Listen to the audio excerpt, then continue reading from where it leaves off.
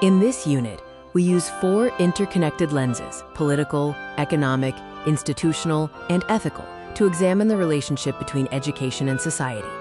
We will ask critical questions about the kind of society we want to build and how education serves to both reproduce and transform our current social structures. Our first section explores democracy and its educational implications, looking specifically at education as a training ground for a democratic way of life.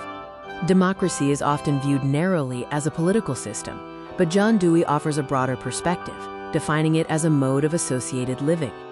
Dewey famously stated, "Democracy is more than a form of government. It is primarily a mode of associated living, of conjoint communicated experience." 6 essential features of democracy as a social philosophy include shared interests, free intergroup interaction, respect for dignity, equality, responsibility, and continuous social reconstruction. As a philosophy of education, the core logic dictates that the school must act as a miniature society that is organized democratically to transmit these ideals. Democracy in education implies aims focused on all-round development and active citizenship, supported by a curriculum that is activity-centered and integrates community life. Methods should favor experiential learning and cooperative decision-making, while school organization should rely on internalized responsibility and consultation.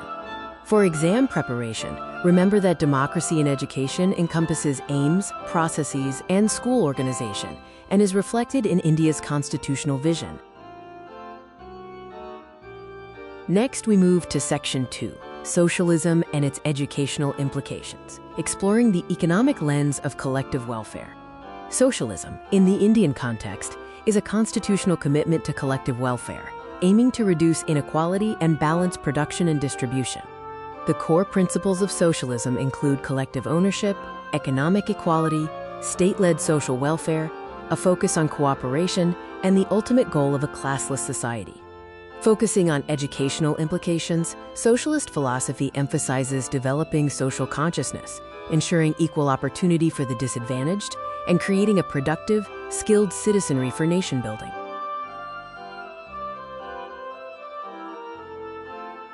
For exam purposes, remember that India's democratic socialism is a constitutional middle ground. It balances political freedom with collective economic welfare, justifying policies like the common school system.